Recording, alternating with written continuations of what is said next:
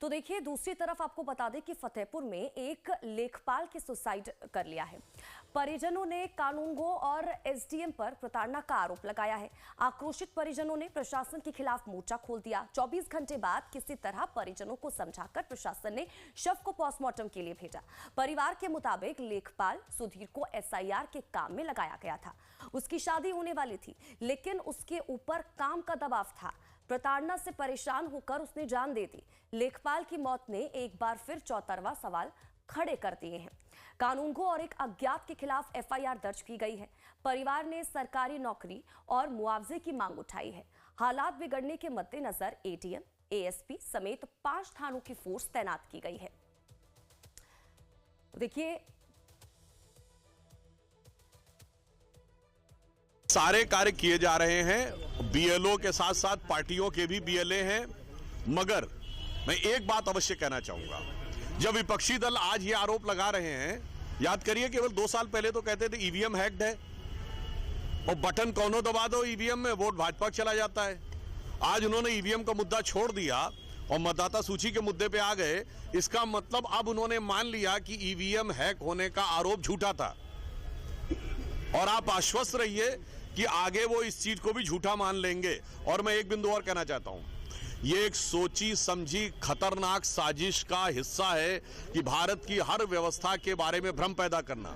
विगत 10 वर्षों में विपक्ष ने किन किन चीजों में भ्रम नहीं पैदा किया। सबसे पहले रफाल को लेकर सरकार के बारे में भ्रम पैदा करना, सर्जिकल स्ट्राइक को लेकर सेना के बारे में भ्रम पैदा करना, बालाकोट को लेकर एयरफोर्स के बारे में भ्रम पैदा करना, ऑपरेशन सिंदूर को लेकर जहाजों के गिरने के बारे में भ्रम पैदा करना। फिर इतना ही नहीं, याद करिए इन्होंने कहा एलआईसी बर्बाद हो गई, LIC all time high profit में है। स्टेट बैंक ऑफ इंडिया बर्बाद हो गई, state bank of India all time high profit में है। फिर उन्होंने कहा सेबी गलत है, सेबी का पूरी तरीके से वो निष्पक्ष निकला। तो राजीव लगातार हमारे साथ बने हुए हैं। राजीव, इससे पहले हम गोंडा की बात कर रहे थे, बीएलओ विपिन की, जहां पर देखिए राहुल गांधी की तरफ से भी इसको लेकर पोस्ट किया गया। उन्होंने साफ कहा कि देखिए किस तरह से बीएलओ के ऊपर, विपिन के ऊपर दबाव बनाया जाया था कि इस लिस्ट से पिछड़ों और दलितों के नाम को हटाया जाए।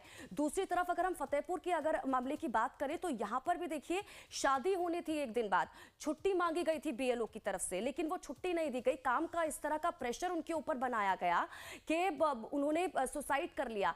ऐसे कई मामले हैं जो अलग अलग प्रदेशों से भी सामने निकल कर आए हैं।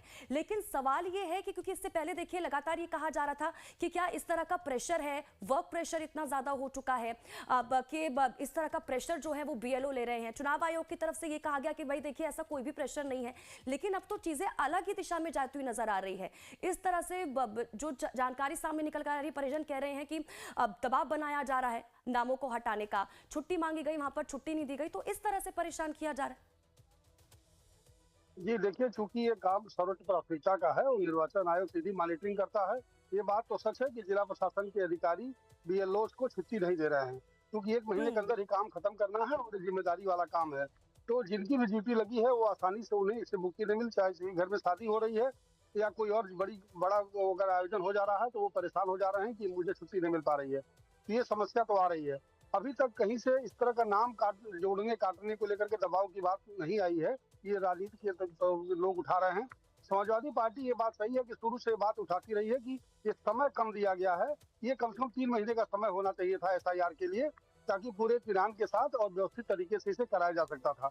लेकिन आयोग ने सिर्फ 1 महीने का समय दिया है। इसके बाद अभी जो समय 9 दिसंबर से शुरू होगा, उसमें जिन लोगों के डॉक्यूमेंट नहीं है पर्याप्त, 2003 की मतदाता सूची में जिनके नाम नहीं है, उन्हें अपने साक्ष्य देने हैं, उन्हें एक मौका उसके बाद और दिया जाएगा। यानी जो बीएलओ का काम है अभी 9 दिसंबर के बाद ही जारी रहने वाला है। तो कुल मिलाकर के ये है कि काम का दबाव उनके ऊपर, ये छुट्टियां नहीं मिल पाती हैं उन्हें। अगर किसी घर शादी थी तो ये बात प्रशासन के लोगों को समझना चाहिए था और उन्हें छुट्टी देने का प्रबंध करना चाहिए था, लेकिन इस बात पर ध्यान नहीं दिया गया। प्रशासन के लोग इस बात को वहाँ मान रहे होंगे, यही वजह वहाँ इतना विरोध हो रहा है। पूरा प्रशासन को पूरी फोर्स लगा करके वहाँ के लोगों का आक्रोश को थामना पड़ रहा है। 24 घंटे तक उसका पोस्टमार्टम नहीं हो पाया वहाँ पर, और आज वहाँ पर कानून व्यवस्था का संकट खड़ा हुआ है। तो ले देखिए समस्या है और अधिकारी मानवीय दृष्टिकोण का ध्यान नहीं रख रहे हैं और उन्हें छुट्टियां नहीं मिल पा रही हैं। यही वजह है कि जो चारों मामले सामने आए हैं उत्तर प्रदेश में 4 जिलों में। राजीव, कहीं ये समस्या राहुल गांधी कह रहे हैं लोकतंत्र की हत्या की जा रही है। अखिलेश यादव को हमने सुना था, वो कह रहे हैं कि देखिए अब 3 करोड़ लोगों के नामों को हटा दिया जाएगा। इस तरह के देखिए वो आरोप भी लगा रहे हैं, हमला भी कर रहे हैं। अब दूसरी तरफ देखिए हमने तो इसको लेकर ममता बनर्जी को भी सुना, वो तो ये तक कहती हुई नजर आई थी वहां पर कि देखिए पीछे के दरवाजे से एनआरसी लाने की कोशिश यहाँ पर की जा रही है बीजेपी की तरफ से। लेकिन सवाल यहाँ पर टाइमिंग को लेकर भी खड़ा हो रहा है राजीव, क्योंकि कई राज्य ऐसे हैं जहां पर चुनाव 2 या 3 साल में होना है। ठीक है, जहां पर चुनाव करीब आने वाले हैं वहां पर यह माना जा सकता है कि ठीक है 1 महीने में ये प्रक्रिया पूरी करनी है, लेकिन टाइमिंग को लेकर लगातार सवाल खड़ा किया जा रहा है कि सिर्फ 1 महीने का यहां पर डेडलाइन दे दी गई है, जिसकी वजह से बीएलओ पर इतना ज्यादा प्रेशर पड़ रहा है। ये बिल्कुल सही सवाल आपने उठाया। ये सवाल सबके दिमाग में आ रहा है कि जब उत्तर प्रदेश में चुनाव भी 2027 में होना है, तो यहाँ 3 महीने का समय या 6 महीने के समय देने में क्या दिक्कत थी। बिहार में जो रिजल्ट आया है, दरअसल विपक्ष की जो पूरी चिंता है वो ये है कि बिहार में एसआईआर के बाद से बाजी पलट गई है। तो उनका ये कहना है कि इसमें एसआईआर का बड़ा रोल रहा है। जो मतदाताओं के नाम काटे गए हैं उनका फायदा बीजेपी को मिला है। इससे उत्तर प्रदेश में 15 करोड़ मतदाता हैं। जो समाजवादी पार्टी की चिंता है, जो लगातार ये आशंका जता रहे हैं कि 3 करोड़ नाम काट दिए जाएंगे, और उन्हें यह आशंका है कि जो नाम काटे जाएंगे वो उनके समर्थक मतदाता होते हैं, यानी पिछड़ों के, अल्पसंख्यकों के, दलितों के नाम काटे जाएंगे।